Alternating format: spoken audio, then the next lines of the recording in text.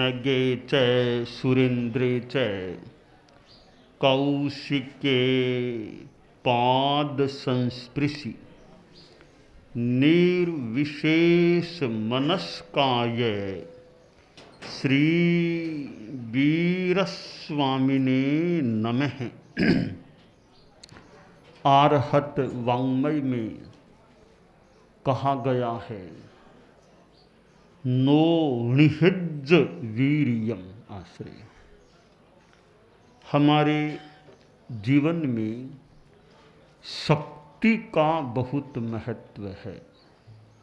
बलवान आदमी महत्वपूर्ण होता है और जो निर्बल होता है, कमज़ोर होता है, वह एक कमी को मानो वहन करता है और दुखी भी बन सकता है।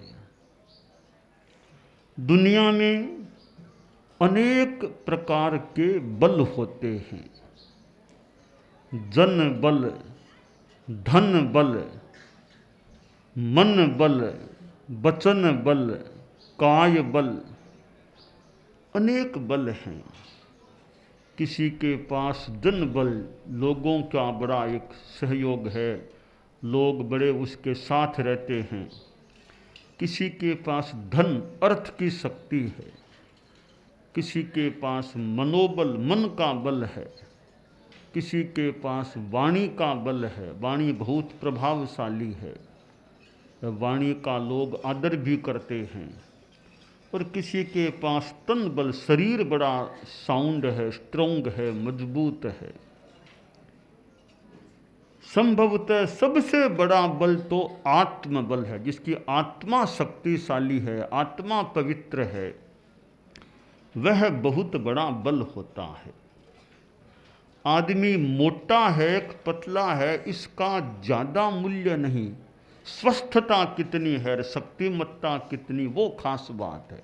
मोटा ताज़ा है, दिखने में है, पर भीतर से शरीर खोखला है, तो मोटा होने में क्या खास बात है। ज़्यादा मोटा नहीं भी, परंतु शक्तिशाली है, स्वस्थ है, ठीक है, तो एक शरीर की दृष्टि से अच्छी बात होती है। एक संस्कृत भाषा में श्लोक आता है, हस्ति स्थूल वपुः सचंकुश वशः किं हस्ति मात्रंकुशः दीपे प्रज्वलिते विनश्यति तमः किं दीपमात्रं तमः वज्रेणापि हताः पतन्ति गिरयः किं वज्रमात्रो गिरिः तेजो यस्य विराजते स बलवान् स्थूलेषु कः प्रत्ययः। कवि ने संस्कृत श्लोक में बताया है कि हाथी होता है, कितना स्थूल काय, विशाल काय होता है, बहुत बड़ा जानवर हाथी होता है, परंतु एक अंकुश हाथी को कंट्रोल में रख लेता है। तो छोटा सा अंकुश इतने बड़े हाथी को नियंत्रित रख लेता है। कहाँ हाथी का शरीर है, कहाँ छोटा सा अंकुश। अंधकार कितना व्यापक है, सघन है, एक छोटा सा दिया जलता है, अंधकार दूर होता है। बहुत बड़ा पहाड़ है, एक वज्र पहाड़ को चूर चूर कर देता है। तो ये बड़ी बड़ी चीजें छोटों के द्वारा नियंत्रित हो जाती है और उनका विनाश हो जाता है। तो कवि ने कहा, तेजो यस्य विराजते स बलवान, जिसमें तेज है वो बलवान है। बड़ा होना, स्थूल होना कोई खास बात नहीं है। आदमी यह सोचे कि मेरे पास जो भी शक्ति है मैं अपनी शक्ति का दुरुपयोग न करूं। अनेक शक्तियां हैं, आत्मशक्ति की बात मैंने बताई, और आत्मशक्ति से जुड़ा हुआ तत्व है त्याग। त्याग की शक्ति है तो आत्मशक्ति भी बढ़ सकती है। आदमी त्याग कर सके कि छोड़ो कोई बात नहीं, अपने स्वार्थ को छोड़ो, त्याग कर दे, त्याग में भी शक्ति होती है। त्याग में इतनी शक्ति होती है कि आदमी की चेतना भी निर्मल बन सकती है और बड़ा सुखमय जीवन रह सकता है। कई बार बाह्य अनुकूलता भी हो सकती है। एक माँ और बेटा, दो ही थे। बेटे का पिता तो चल बसा था, तो एक गांव में रहा करते थे। तो गरीबी की स्थिति में थे। बाप तो चल गया, कमाई का कोई रहा नहीं, कमाई करने वाला। बच्चा थोड़ा छोटा था, वैसे ही कुछ गरीबी थे। एक दिन माँ बोली, बेटा यूँ गरीबी कब तक भोगेंगे? तुम्हारा बाप तो अब रहा नहीं, तुम अभी हो भी छोटे, परिवार में अब धन की बहुत ही तंगी है, तो काम कैसे चलेगा? बोला, माँ बताओ क्या करना चाहिए? तुम तो अभी छोटे हो, पढ़ते हो, छोटे हो, पर एक काम करो, अपने यहाँ से 20 कोस दूर एक बाबा जी योगीराज रहते हैं, वो बड़े ज्ञानी हैं, तुम उनके दर्शन करो, जाओ, आशीर्वाद लो और पूछो बाबा जी से कि बाबा जी हमारी गरीबी कब दूर होगी।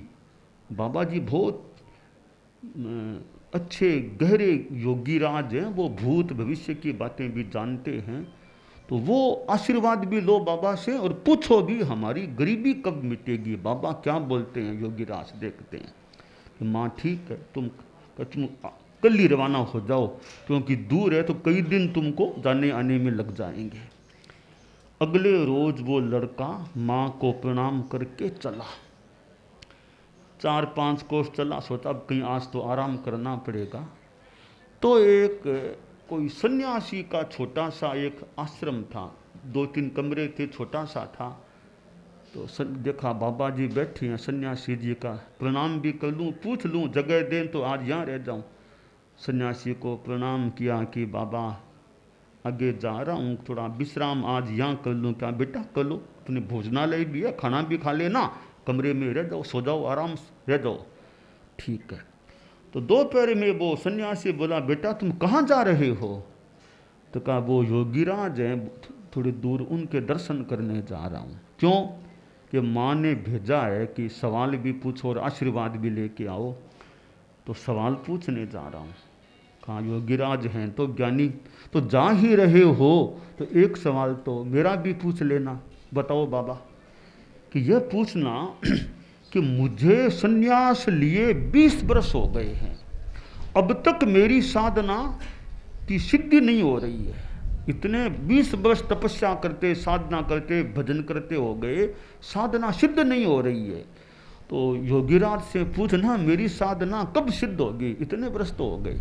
का ठीक है, पूछने का विचार है।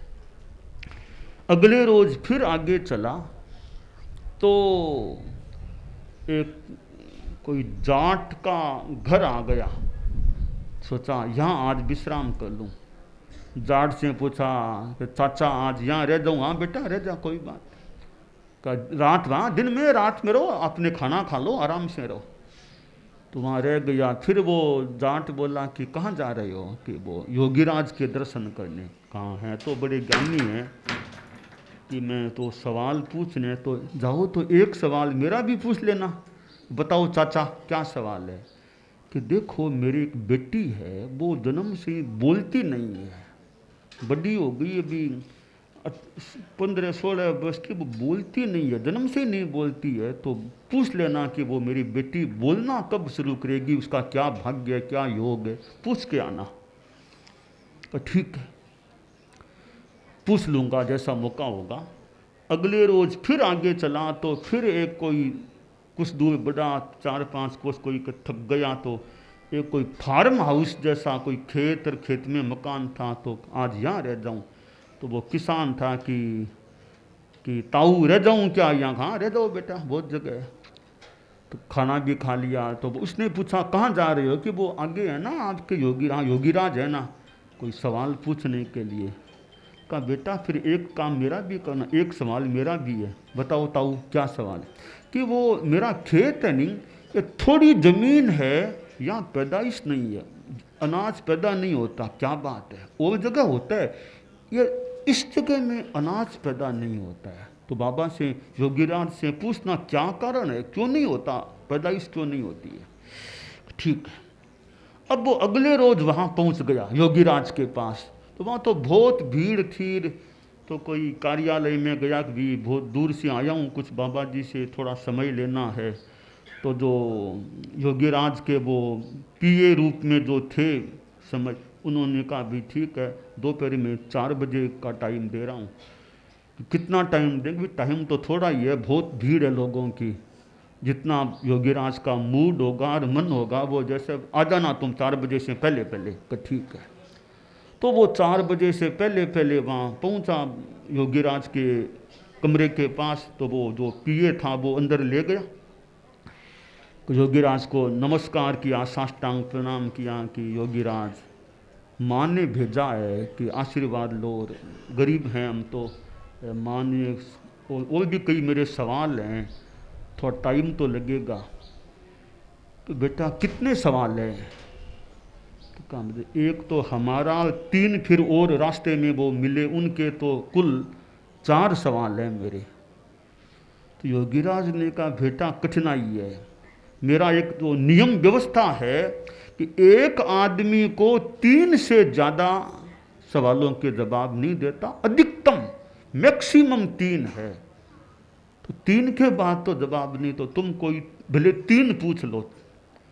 अब सोचा रे 4 में एक छोड़ूं, कौन सा, एक कौन सा छोड़ूं? तो मन में आया त्याग करो, त्याग करो, अपना खुद का सवाल छोड़ दो, खुद का त्याग करो, दूसरों का पूछूंगा, दूसरों का भला करूं, अपना एक तो छोड़ना ही पड़ेगा। तो दूसरों का छोड़ूं, इसकी अपेक्षा अपना ही छोड़ दूंगा, त्याग करूंगा।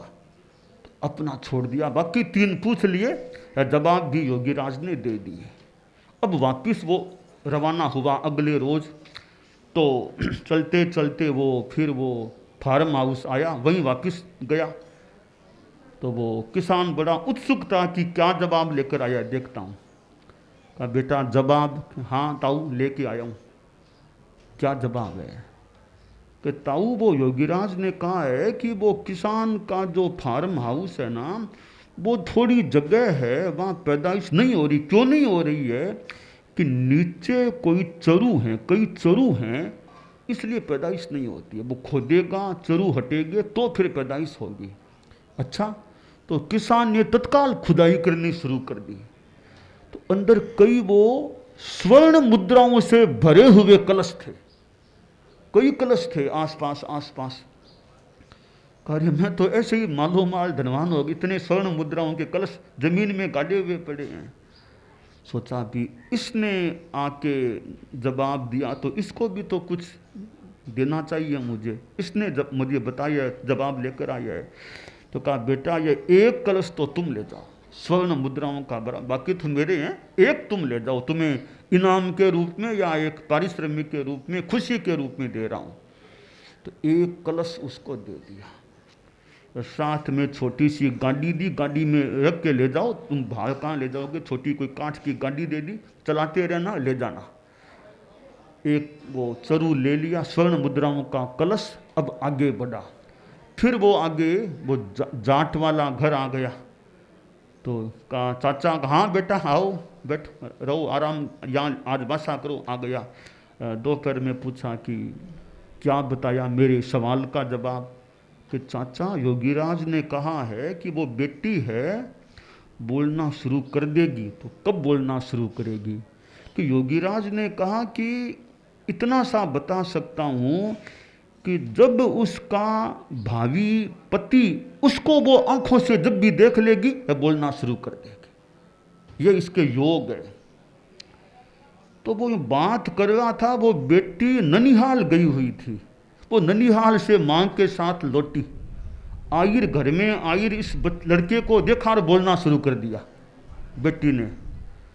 तो जाट बोला सा तुमको देख करके बोलना शुरू किया। योगीराज ने कहा कि वो भावी पति को देखते ही बोलना शुरू करेगी तो आप तो मेरे कमरसा हो गए, तो मैं तो आज ही शादी करके आपको विदाई दूंगा। तो मुंह देखा न और कुछ देखा कि तो आज ही हमारे तो घर में हैं वो लोग ही बैठ के शादी करेंगे। तो बेटी की शादी कर दी, विदाई भी बेटी को दे दी कि जाओ बेटी अब अपने घर जाओ। अब वो नवोढ़ा को लेकर फिर आगे बढ़ा। अब आगे वो सन्यासी का आया, छोटा सा आश्रम, वहीं रुका रह गया। तो सन्यासी ने पूछा सवाल का जवाब, बाबा जी एकांत की बात है, आप अलग आओ, गोपनीय बात है। चलो एक अलग कमरे में गया, वो सन्यासी बैठा और वो लड़का बैठा। बोलो क्या बात है? योगीराज ने गोपनीय बात कही है। वो ये कही है कि सन्यासी की साधना सिद्ध हो कैसे। सन्यासी के पास एक हीरा है, 1.25 लाख का हीरा है, तो सन्यासी का मन हीरे के मोह में लगा हुआ है। जब तक वह सन्यासी हीरे को नहीं छोड़ देगा, वो मोह नहीं छोड़ेगा, तब तक साधना सिद्ध नहीं होगी। तो आप योगीराज ने आपके लिए विशेष संदेश दिया है कि सन्यास लिया है तो हीरे का मोह क्यों करते हो? हीरे को छोड़ो तो देखना बहुत जल्दी ही फिर साधना सिद्ध हो जाएगी। सन्यासी बोला धन्य है योगीराज के ज्ञान को, यह मेरी गोपनीय गुप्त बात है, संभवतः कि और या तो देने वाले को पता और मुझे पता, किसी को मैंने नहीं बताई। योगीराज तो सब मानो जानता है। तो वास्तव में मेरे पास हीरा है कि भक्त ने आग्रह किया दे दिया, मेरा मोह भी है हीरे से, यही मेरे बाधा लग रही है साधना में। तो अब और तो किसको दूंगा, ये हीरा मैं तुमको ही दे देता हूँ। तो लड़के को वो 1.25 लाख का हीरा दे दिया, खुद मुक्त हो गया हीरे के मोह से, आगे साधना भी सिद्ध हो गई। अब वो लड़का अगले रोज सीधा अपने गांव और घर पहुंचा। तो माँ बोली बेटा सवाल का जवाब, क्या जवाब लाए? बेटा बोला माँ मैंने अपना सवाल तो पूछा ही नहीं। बेटा यह क्या किया, इतनी दूर गए रे, सवाल भी नहीं पूछा, क्या हुआ, क्यों नहीं पूछा? सारी बात बताई कि यूँ 3 जगह में रुका, उनके अपने सवाल हो गए थे। योगीराज ने कहा मेरा तो नियम है एक आदमी को 3 से ज़्यादा सवालों का उत्तर देता नहीं हो, तो मैंने उनके 3 पूछ लिए, अपना छोड़ दिया। माँ ने कहा बेटा बहुत अच्छा किया, अपना तुमने त्याग किया है वो बहुत बड़ा काम किया, अपना स्वार्थ छोड़ना बड़ी बात है। कोई बात नहीं कि माँ कोई बात क्या नहीं, अपना उत्तर तो अपने आप ही हो गया। तुमने पूछा गरीबी कब मिटेगी, तो देख एक तो यह स्वर्ण मुद्राओं का कलश चोरी कर नहीं लाया हूँ, चोरी नहीं किया मैंने, भेंट में मुझे मिला है, प्रेम से दिया है, वो मेरे श्रम से मानो दिया, खुशी से दिया है। यह तो स्वर्ण मुद्राएं, और यह 1.25 लाख का हीरा एक सन्यासी ने अपनी इच्छा से मुझको दिया है। तो धन की तो कमी रही नहीं, इतना धन हो गया। और तुमने तो गरीबी की बात पूछी, अब तुम तो बूढ़ी हो रही हो, तुम्हारा घर में काम काज करने वाली है बहू रानी और आ गई है साथ में। बोले क्या चाहिए? माँ बोली बेटा बस अपने तो योगीराज के पास गए, जो भी हुआ निमित्त मिला, गरीबी भी दूर और मेरी भी समस्या दूर, अब काम करने वाली भी घर में बहू रानी भी आ गई है। तो त्याग किया, त्याग का फल बढ़िया होता है। जो आदमी अपने स्वार्थों को छोड़ता है, भी मेरा अपना कुछ नहीं, अपने का स्वार्थ का, अपने मोह का त्याग करो, स्वार्थ का त्याग करो, तो शक्ति है पास में। अपने थोड़ी कठिनाई भी भोगें तो भोग लें, दूसरों को तकलीफ नहीं पड़नी चाहिए। यूँ जिसका चिंतन होता है, विद्यार्थी बच्चे हैं, अब उनमें अच्छे संस्कार आएँ, ज्ञान भी बढ़े, साथ में अहिंसा, नैतिकता, संयम, नशा नहीं करना, शराब नहीं पीना, दूसरों को दुख नहीं देना, ये अच्छे संस्कार बच्चों में रहें तो ज्ञान और संस्कार दोनों बढ़िया होते हैं, तो बच्चों का जीवन भी अच्छा बन सकता है।